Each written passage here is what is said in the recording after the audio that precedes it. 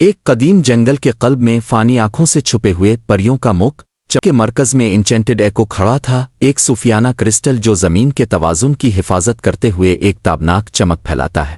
اس سحر کے درمیان ایلارا رہتی تھی، جو کہ صبح کی پہلی روشنی کے رنگ کے پروں والی ایک متجسس نوجوان پری تھی۔ اس کی ہنسی ایک ایسا راگ تھا جو تالاب کے سب سے ساکن اور اس کی روح کو ایک بے چین ہوا کا جھونکا تھا۔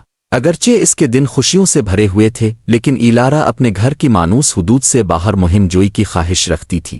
ایک شام جب سورج افق کے نیچے ڈوب گیا، آسمان کو لیوینڈر اور گلاب کے رنگوں میں پینٹ کر رہا تھا، ایلارا نے خود کو ایکو کے قریب پایا۔ اس کی گونج ہوا میں گونج رہی تھی، ایسی زبان بولنے والے صرف چند ہی سن سکتے تھے۔ حیرت سے اس نے کرسٹل میں ایک شگاف دیکھا، اس کی چمک غیر یقینی طور پر ٹمٹما رہی تھی۔ نظر نے اسے ایک غیر متزلزل عزم سے بھر دیا۔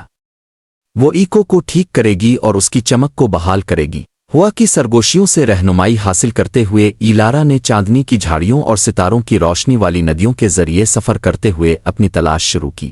اس کا سفر اسے صوفیانہ مخلوقات کی طرف لے گیا، شام کا عقلمند الو جس نے اسے بصیرت کی پیشکش کی، اور چنچل دریائے اسپرائٹس جس نے اسے خالص ستاروں کی روشنی کی ایک شیشی تحفے میں دی۔